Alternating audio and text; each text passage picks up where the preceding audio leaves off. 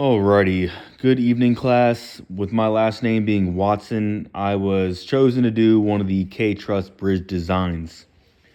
So, being a resident of Texas, I was trying to figure out, what bridges in my area might have a K-Truss.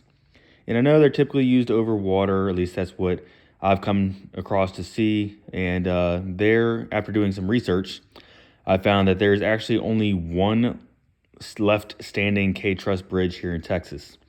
And that is going to be the State Highway 78 bridge that consists of 8 riveted K-truss spans and 2 different sets of camelback pony trusses at either end.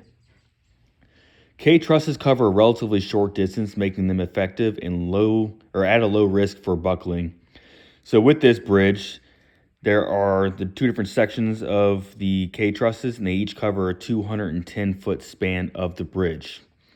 The bottom member of the truss is considered the tension members, with the top being compression.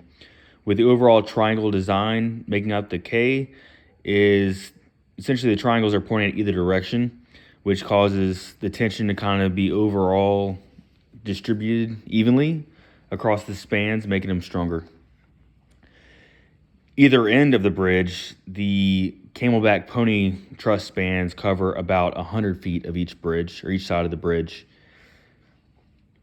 But the overall length of the bridge is 2,108 feet.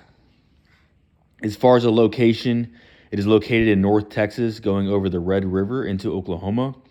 And like I mentioned in the beginning of this, the reason why I caught my attention was it is actually the last standing bridge that consists of K-trusses here in Texas. But also, what I thought was really cool, it was built way back in 1933 using federal emergency funds under the National Industry Recovery Act.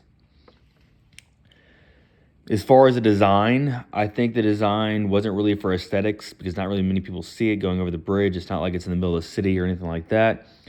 But I believe it's just for the overall integrity. The design is strong for what it is.